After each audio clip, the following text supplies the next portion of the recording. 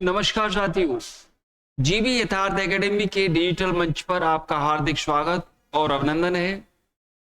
साथियों, आधुनिक भारत के इतिहास में भारतीय राष्ट्रीय आंदोलन के अंतर्गत अपन टॉपिक जो पढ़ चुके थे, असहयोग आंदोलन, गांधी जी द्वारा चलाया गया असहयोग आंदोलन। असहयोग आंदोलन गांधी जी द्वारा चलाया गया भारत में प्रथम अखिल भारतीय आंदोलन था। इसके बाद कांग्रेस के नेताओं ने स्वराज पार्टी की स्थापना की थी। असहयोग आंदोलन के आगे वाला टॉपिक है स्वराज पार्टी।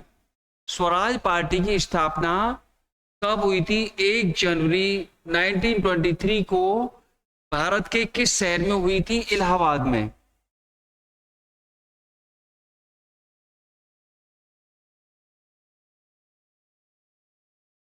स्वराज पार्टी की स्थापना 1 जनवरी 1923 इलाहाबाद में हुई थी।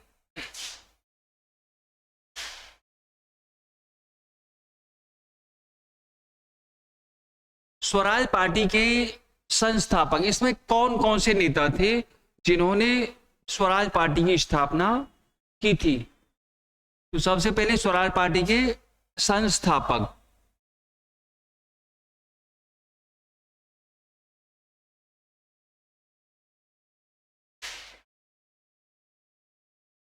CR दास, इनका पूरा नाम है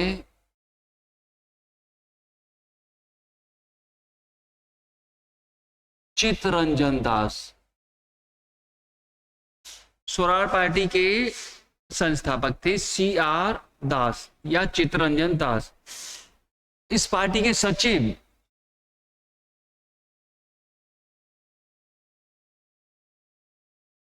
मोतीलाल नेहरू।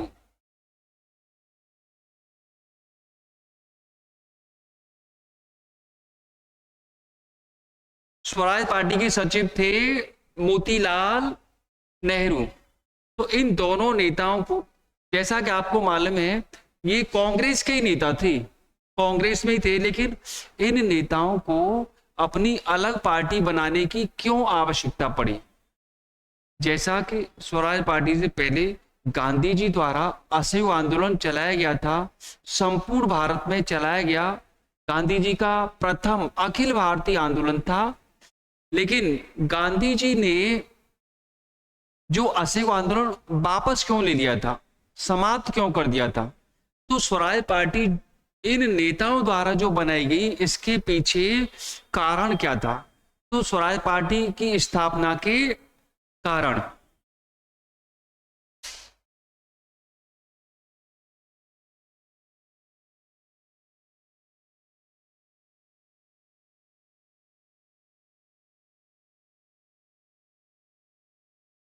इन नेताओं द्वारा स्वराज पार्टी की स्थापना क्यों की गई थी?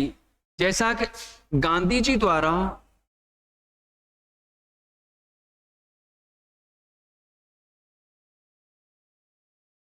द्वारा असहयोग आंदोलन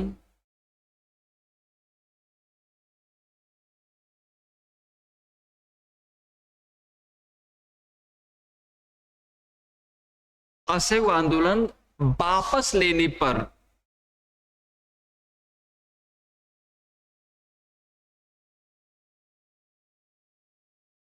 वापस लेने पर कांग्रेस के नेताओं में, कांग्रेस के नेताओं में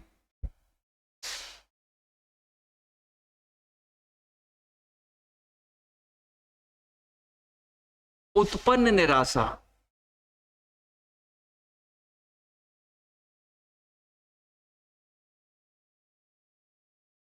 गांधी जी ने 1 अगस्त 1920 को असहयोग आंदोलन प्रारंभ किया था।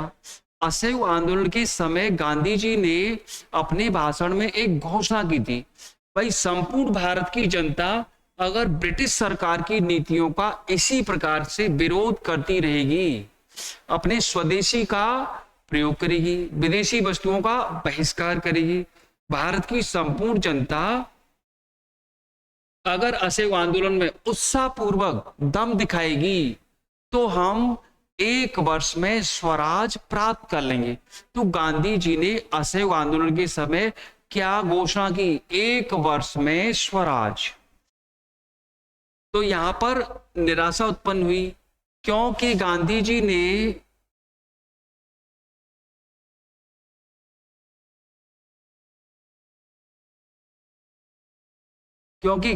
ने इस आंदोलन के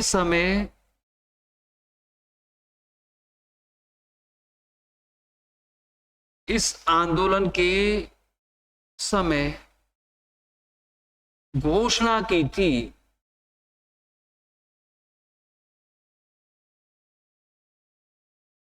कि 1 वर्ष में स्वराज।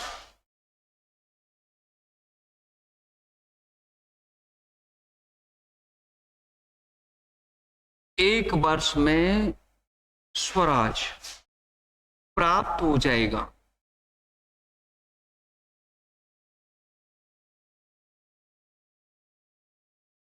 असहयोग आंदोलन के समय गांधी ने क्या घोषणा की है? 1 वर्ष में स्वराज। लेकिन गांधी जी ने असहयोग आंदोलन तो वापस ले लिया। 5 फरवरी 1922 को उत्तर प्रदेश में गोरखपुर जिले में चोरी चोरा कांड हो गया था। चोरी चोरा नामक पुलिस थाने में आंदोलनकारियों ने आग लगा दी, जिसके कारण जो हिंसक घटना हुई जिसमें 22 पुलिसकर्मी मारे गए। इस हिंसक घटना को देख करके गांधी जी ने असहयोग आंदोलन को 12 फरवरी 1922 को वापस ले लिया था, समाप्त कर दिया था। तो गांधी जी की जो 1 वर्ष में स्वराज प्राप्त करने की जो घोषणा थी, भाई ये तो खाली रह गई। उस उद्देश्य को प्राप्त नहीं कर पाए गांधी जी इस असहयोग आंदोलन के समय। अतः कांग्रेस के कुछ नेताओं ने, जो निराशा उत्पन्न हो गई थी असहयोग आंदोलन वापस लेने पर, भाई अब तो जो आंदोलन भी खत्म हो गया, तो भारत के नेताओं में एक निराशा उत्पन्न हुई, भाई शिथिलता आ गई। तो मोतीलाल नेहरू और सीआर दास ने कहा, भाई ऐसे काम नहीं चलेगा, हमें अपने नए तरीके से काम करना पड़ेगा। क्योंकि गांधी जी अपरिवर्तनवादी नेता थे। गांधी जी चाहते थे हमें ब्रिटिश सरकार के साथ मिलकर, हमें अंग्रेजों के साथ मिलकर की सरकार नहीं चलानी है, हमें चुनावों में भाग नहीं लेना है। लेकिन सीआर दास और मोतीलाल नेहरू क्या चाहते थे? नहीं भाई, जब तक हम चुनावों में भाग लेकर अपने भारत के प्रतिनिधि केंद्रीय विधानमंडल में और प्रांतों के विधानमंडलों में और स्थानीय स्तर पर नहीं पहुंचाएंगे, तब तक हम सरकार की नीतियों को कैसे जान पाएंगे? तब तक हम सरकार के गलत कारनामों को, गलत कानूनों को जनता तक कैसे पहुंचाएंगे? जनता में आक्रोश की भावना, ब्रिटिश सरकार के खिलाफ आक्रोश की भावना कब पैदा होगी? जब जनता अंग्रेजों की गलत नीतियों को पहचानेगी। इस बात को लेकर के जो परिवर्तनवादी नेता थे, परिवर्तनवादी नेता कौन कौन से थे? जो चेंज चाहते थे, जैसे सीआर दास, मोतीलाल नेहरू, हकीम अजमल खां, विट्ठल भाई पटेल, ये क्या थे? परिवर्तनवादी नेता। परिवर्तनवादी नेता चाहते थे भाई हमें चुनावों में भाग लेना है, केंद्रीय विधानमंडल में, प्रांतों के विधानमंडलों में और नगर पालिकाओं में अपने प्रतिनिधि पहुंचाने हैं, तभी तो हम सरकार के गलत कानूनों को पहचानेंगे, तभी तो हम सरकार के गलत कानूनों का विरोध कर पाएंगे।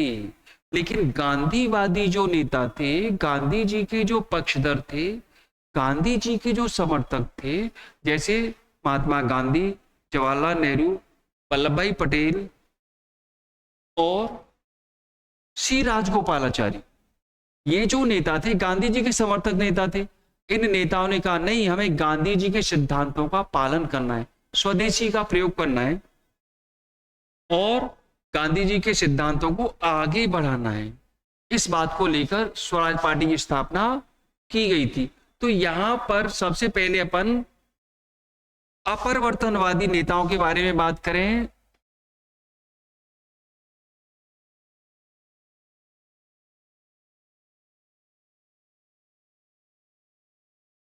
कांग्रेस में ही दो प्रकार के नेता की कैटेगरी बनी है, अपरिवर्तनवादी नेता। इनको कहा गया गांधीवादी नेता। गांधीवादी,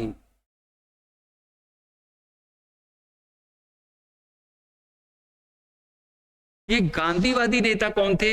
इसमें स्वयं महात्मा गांधी थे। महात्मा गांधी के साथ में सी राजगोपालाचारी,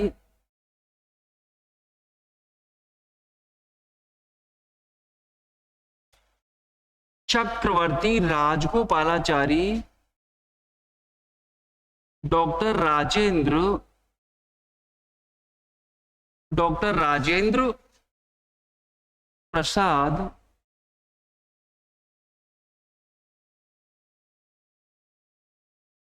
वल्लभ भाई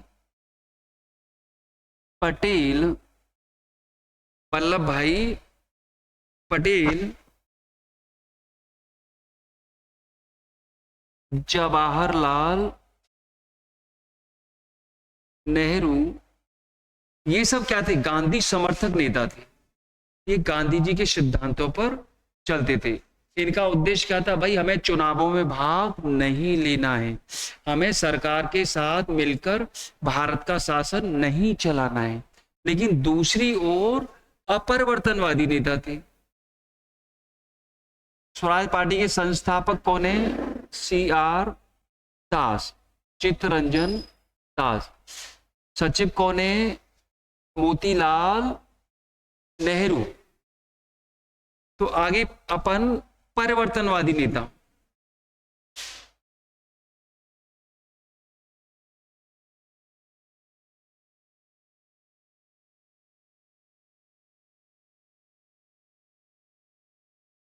परिवर्तनवादी नेताओं में कौन कौन आ जाएंगे? CR दास, मोतीलाल नेहरू, विट्ठल भाई Patel,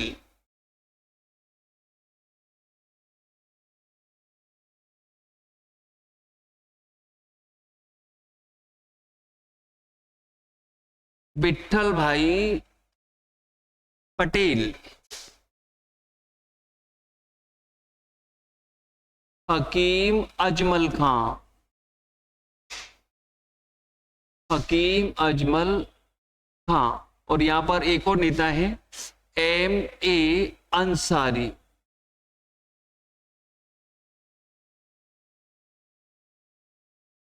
Mukhtar Ahmad Ansari.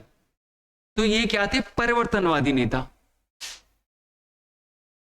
Changers. अपरिवर्तनवादी no changers, परिवर्तनवादी भाई जो चेंज चाहते थे, हमें क्या चेंज करना है। ये नेता क्या चाहते थे? भाई हमें तो चुनावों में भाग लेना है। गांधीवादी नेता क्या चाहते थे? हमें चुनावों में भाग नहीं लेना है। तो इन नेताओं ने जो स्वराज पार्टी की स्थापना की, इस स्वराज पार्टी का उद्देश्य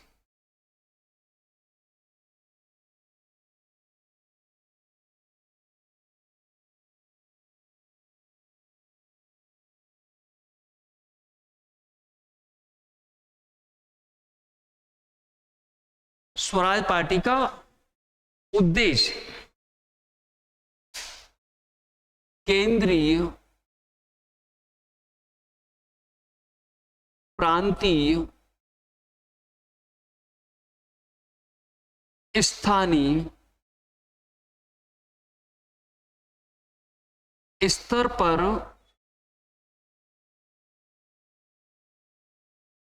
चुनावों में भाग लेना।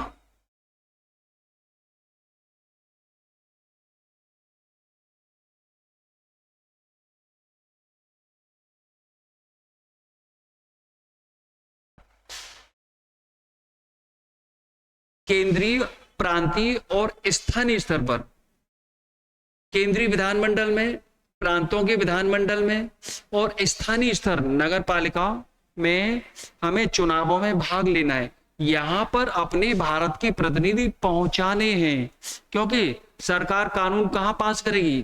केंद्र में, प्रांतों में और नगर पालिकाओं में। तो आगे वाला इसमें पॉइंट है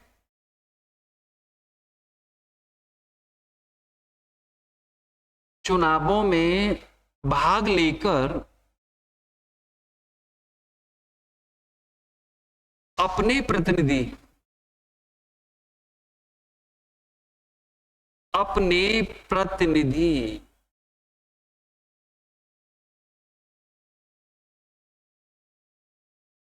केंद्रीय विधानमंडल में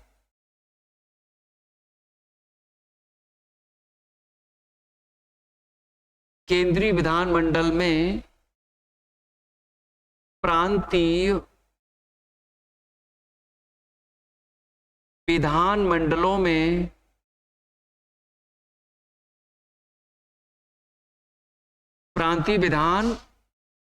में और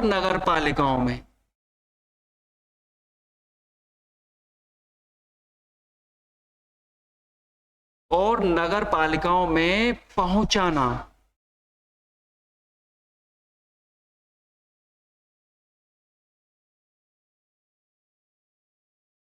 चुनावों में भाग लेना है, चुनावों में भाग लेकर अपने प्रतिनिधि केंद्रीय विधानमंडल में, प्रांतीय विधानमंडलों में और नगर पालिकाओं में पहुंचाना।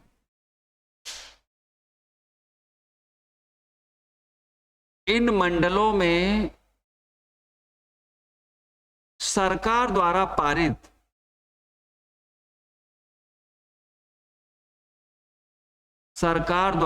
पारित कानूनों का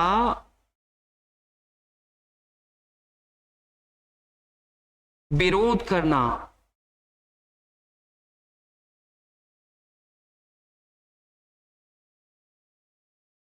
क्योंकि सरकार कानून कहां बनाएगी? केंद्रीय विधानमंडल में बनाएगी। प्रांतों के कानून प्रांतों के विधानमंडलों में बनेंगे। स्थानीय स्तर पर कानून कहां बनेंगे? नगर पालिकाओं में बनेंगे। यहां पर हमारे प्रतिनिधि जब रहेंगे, सरकार जो भी कानून पास करेगी, ऐसे कानूनों का हम भारत के प्रतिनिधि इनका विरोध करेंगे। जो भारत की जनता के हित में कानून नहीं होगा, ऐसे कानूनों का हम विरोध करेंगे। आगे है असहयोग को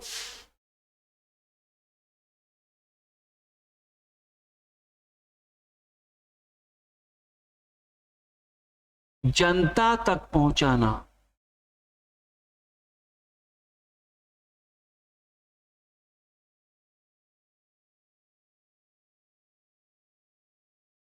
असहयोग को जनता तक पहुंचाना।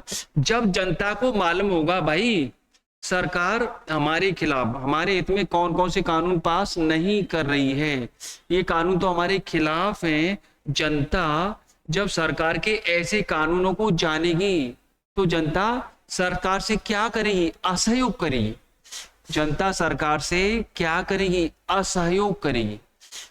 तो जो असहयोग है उसको जनता तक पहुंचाना। भाई हमारे प्रतिनिधि जब केंद्र में भी रहेंगे, प्रांतों में भी रहेंगे, नगर पालिकाओं में रहेंगे, हमारे प्रतिनिधि सरकार के कानूनों को जनता को बताएंगे और जनता में ब्रिटिश सरकार के खिलाफ, अंग्रेजों के खिलाफ विरोध की भावना जागृत होगी। तो स्वराज पार्टी का जो उद्देश्य है मुख्य, चुनावों में भाग लेकर सरकार में शामिल होना, सरकार के गलत कानूनों का विरोध करना और गलत कानूनों को जनता तक पहुंचाना और जनता में असहयोग की भावना पैदा करना। तो ये स्वराज पार्टी का उद्देश्य था।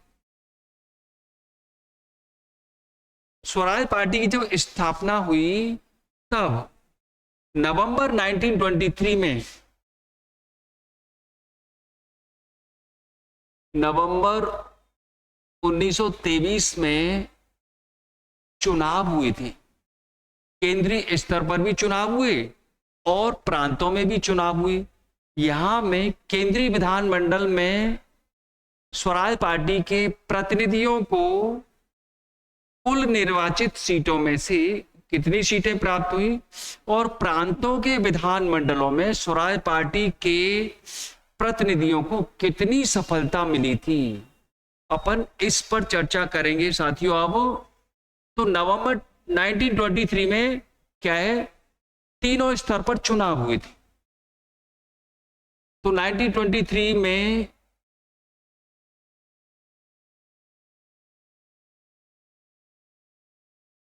केंद्रीय विधानमंडल में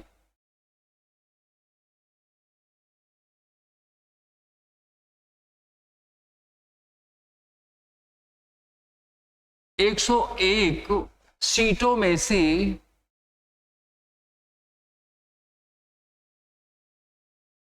कितनी सीटों पर चुनाव हुआ है? 101 सीटों पर चुनाव हुआ है। अब 101 सीटों में से केंद्रीय विधानमंडल में स्वराज पार्टी ने कितनी सीटें जीती थी? 101 सीटों में से 42 सीटों पर 42 सीटों पर जीत दर्ज की थी। तो 101 में से स्वराज पार्टी ने कितनी सीटें प्राप्त की हैं? 42 सीटें प्राप्त की। तो ये तो बहुत अच्छी बात है भाई, स्वराज पार्टी के प्रतिनिधियों में बहुत उत्साह की बात थी भाई, हमें बहुत अच्छी सफलता प्राप्त हुई है। तो ये तो रही केंद्रीय विधानमंडल की बात।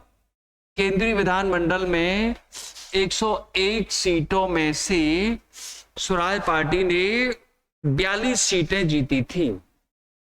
अब प्रांतों की बात कर लेते हैं। प्रांतों के विधानमंडलों में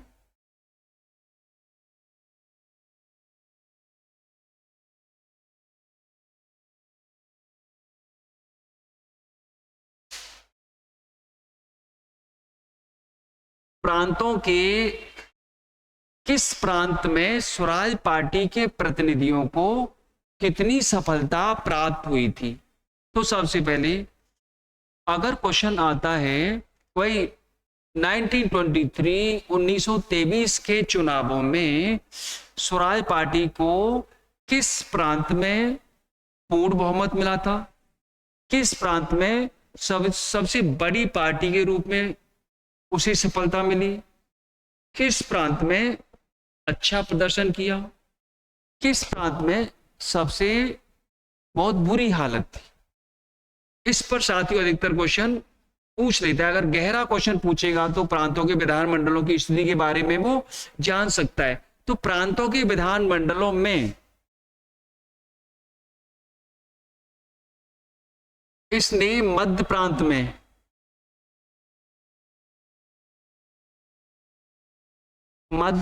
में पूर्ण बहुमत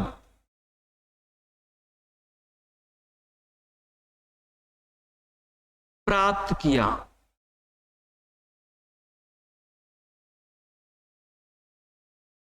मध्य प्रांत में क्या प्राप्त किया है?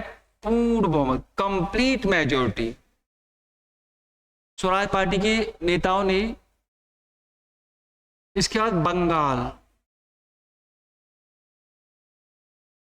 बंगाल में सबसे बड़ी पार्टी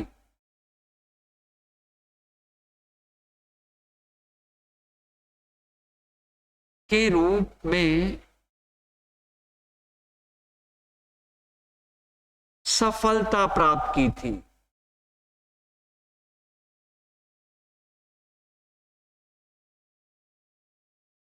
बंगाल में जो चुनाव हुए थे, बंगाल में जो स्वराज पार्टी थी वो सबसे बड़ी पार्टी के रूप में उसे सफलता मिली। अब आगे संयुक्त प्रांत।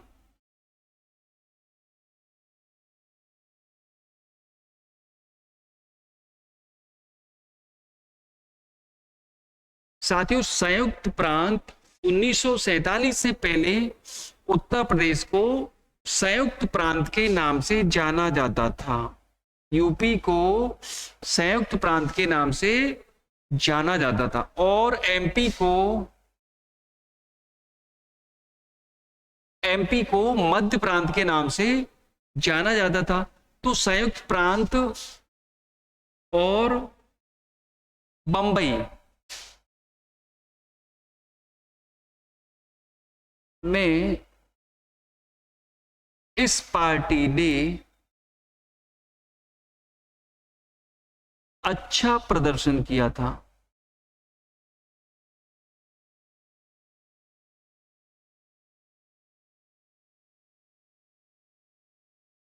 यूपी में और बंबई में इसकी स्थिति क्या है? अच्छी स्थिति है। इसकी स्थिति अच्छी है, खराब स्थिति, अच्छा प्रदर्शन किया है, ठीक स्थिति है। किस प्रांत में स्वराज पार्टी को बहुत खराब स्थिति, बहुमत नहीं मिला? पंजाब,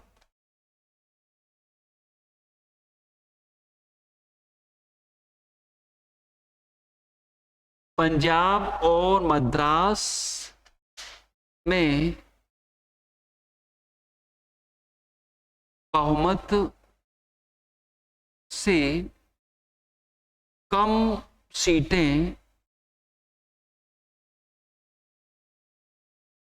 तो आपको ध्यान रखना है कहां पर? पंजाब में और मद्रास में स्वराज पार्टी की बहुत खराब स्थिति थी, बहुमत नहीं मिला था।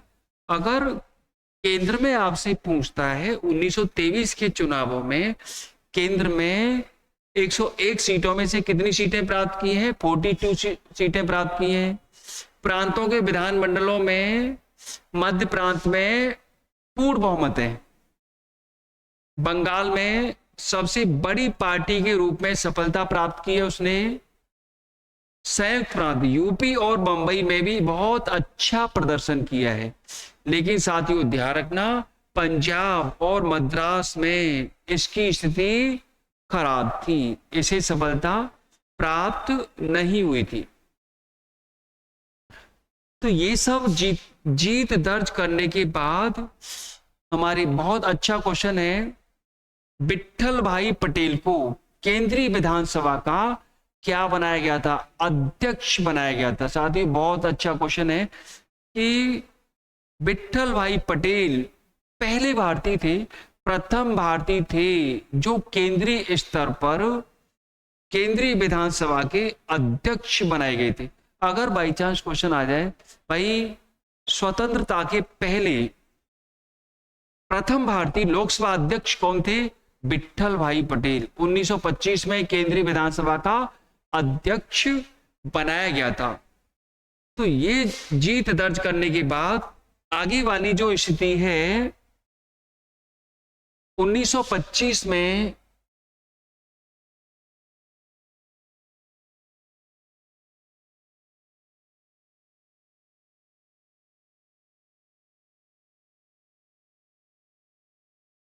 विट्ठल भाई पटेल को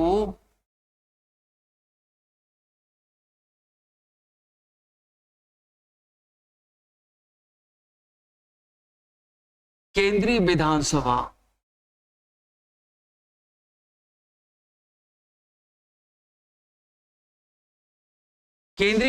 का अध्यक्ष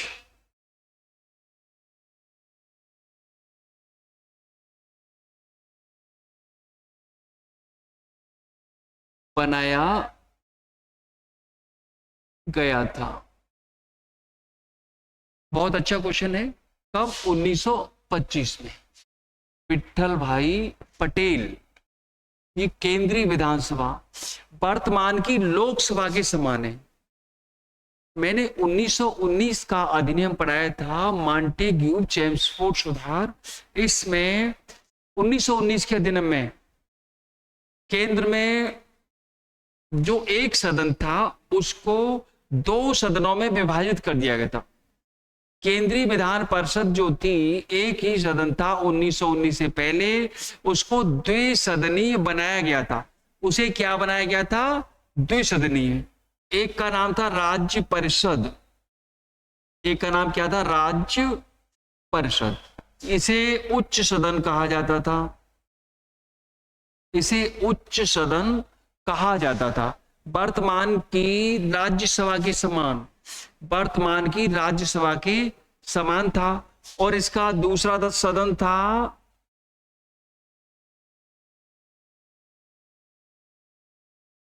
केंद्रीय विधान सभा।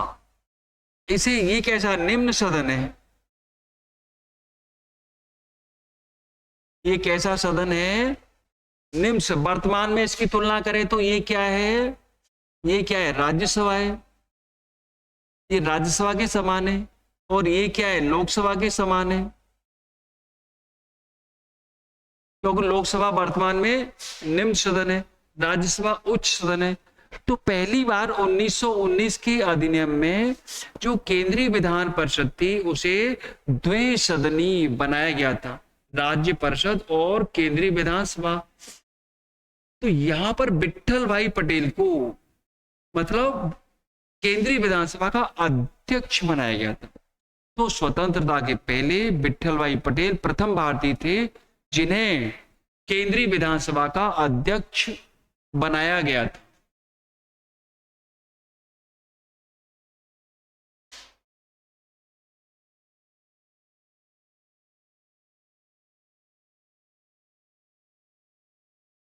अब साथियों स्थानीय स्तर की बात करें, नगर पालिकाओं की बात करें, क्योंकि 1923 में सितंबर 1923 में कांग्रेस का विशेष अधिवेशन कहां पर हुआ था? दिल्ली में हुआ था। और इस अधिवेशन के अध्यक्ष थे मौलाना अबुल कलाम आजाद। इस अधिवेशन में क्या खास बात थी? इस अधिवेशन में कांग्रेस ने स्वराज पार्टी के नियमों को मान्यता दे दी थी। ठीक है भाई, आप चुनावों में भाग ले रहे हो, ये अच्छी बात है, लेकिन आप अहिंसा का पालन करते रहना, क्योंकि गांधी जी के सिद्धांत सत्य, अहिंसा, अपरिग्रह, हड़ताल, ये सब इन चीजों का आप पालन करते रहना। तो सितंबर 1923 में, सितंबर 1923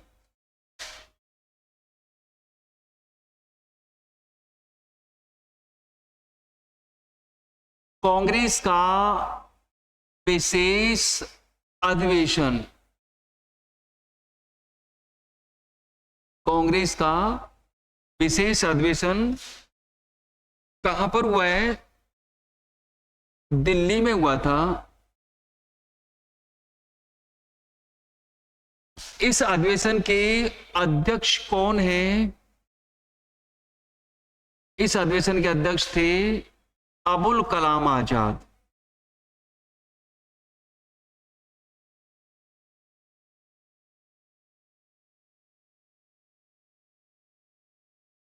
बहुत ही महत्वपूर्ण बात है, क्योंकि कांग्रेस का वार्षिक अधिवेशन दिसंबर के महीने में ही होता था।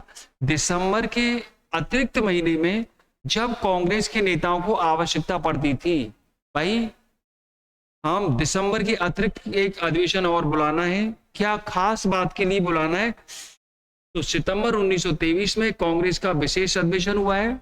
ये विशेष अधिवेशन था, किस स्थान पर हुआ है? दिल्ली में हुआ है। इस अधिवेशन के अध्यक्ष हैं अबुल कलाम आजाद। और इस अधिवेशन में क्या खास बात थी? इस अधिवेशन में कांग्रेस ने स्वराज पार्टी को मान्यता दे दी थी।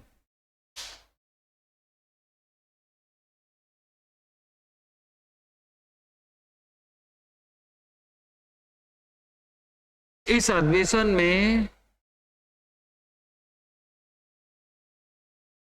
कांग्रेस ने स्वराज पार्टी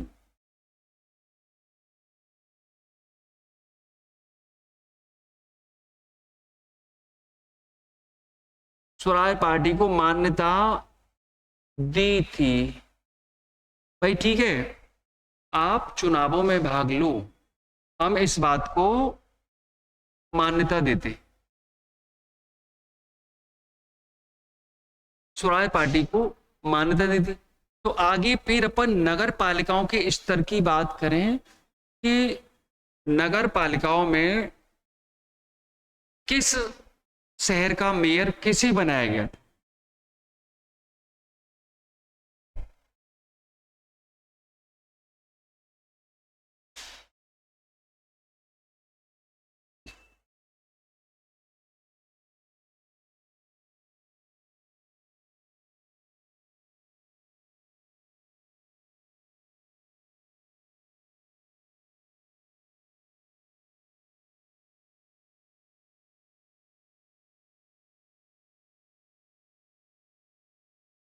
1923-24 की बात है, नगर पालिकाओं के चुनाव हुए थे और यहां पर किस शहर का मेयर किस व्यक्ति को, किस नेता को बनाया गया था।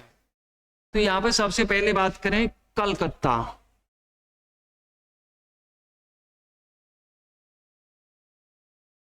कलकत्ता का मेयर किसे बनाया गया?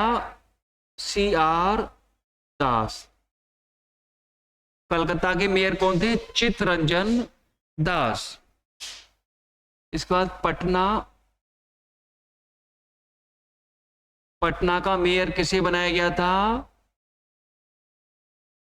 डॉक्टर राजेंद्र प्रसाद।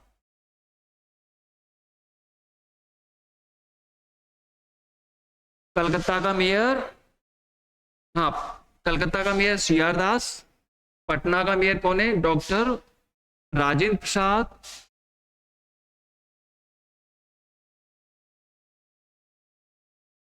इलाहाबाद का मेयर किसे बनाया गया था? जवाहरलाल नेहरू। पंडित जवाहरलाल नेहरू इलाहाबाद के मेयर थे। और अहमदाबाद,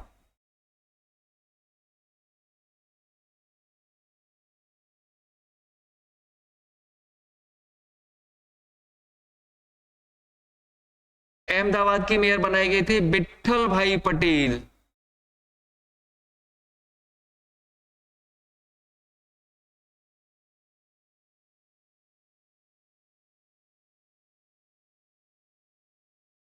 तो साथियों, नगर पालिकाओं में भी कांग्रेस के नेताओं ने अच्छी सफलता प्राप्त की, इनको मेयर भी बनाया गया। तो कलकत्ता के मेयर कौन है? CR दास। पटना के मेयर कौन है? डॉक्टर राजेंद्र प्रसाद, भारत के प्रथम राष्ट्रपति डॉक्टर राजेंद्र प्रसाद। इलाहाबाद के मेयर कौन है? जवाहरलाल नेहरू, मोतीलाल नेहरू के पुत्र जवाहरलाल नेहरू। अहमदाबाद के मेयर कौन है? विट्ठल भाई पटेल, वल्लभ भाई पटेल के बड़े भाई विट्ठल भाई पटेल, जो कि 1925 में, अपन बात कर रहे हैं 1923 की, 1923 की, ये तो मेयर हैं, लेकिन 1925 में इनको केंद्रीय विधानसभा का क्या बनाया गया था? अध्यक्ष बनाया गया था। तो साथियों, स्वराज पार्टी ने जो अभी इतनी बहुत अच्छी सफलता प्राप्त की हर स्तर पर, तीनों स्तरों पर, केंद्रीय, प्रांतीय और स्थानीय स्तर पर, स्वराज पार्टी ने अच्छी सफलता प्राप्त की थी। तो स्वराज पार्टी से फर्स्ट ग्रेड में क्वेश्चन पूछा गया था, 2018 वाले में क्वेश्चन आया था, स्वराज पार्टी की स्थापना किस वर्ष हुई थी? 1 जनवरी 1923। ऑप्शन में था 1 जनवरी 1923। तो स्वराज पार्टी के संस्थापक कौन थे? CR दास। सचिव कौन है? मोतीलाल नेहरू। स्वराज पार्टी का उद्देश्य चुनावों में भाग लेकर अपने प्रतिनिधि सरकार में शामिल करना, विधानमंडलों में सरकार द्वारा पारित कानूनों का विरोध करना, बहिष्कार करना, सरकार के गलत कानूनों को जनता तक पहुंचाना और जनता में सरकार के खिलाफ असहयोग की भावना और आक्रोश की भावना जागृत करना। तो स्वराज पार्टी से साथियों कैसा भी क्वेश्चन पूछा जा सकता है। मुझे उम्मीद है ये टॉपिक आपके लिए बहुत उपयोगी सिद्ध होगा। आज के लिए इतना ही। जय श्री कृष्णा।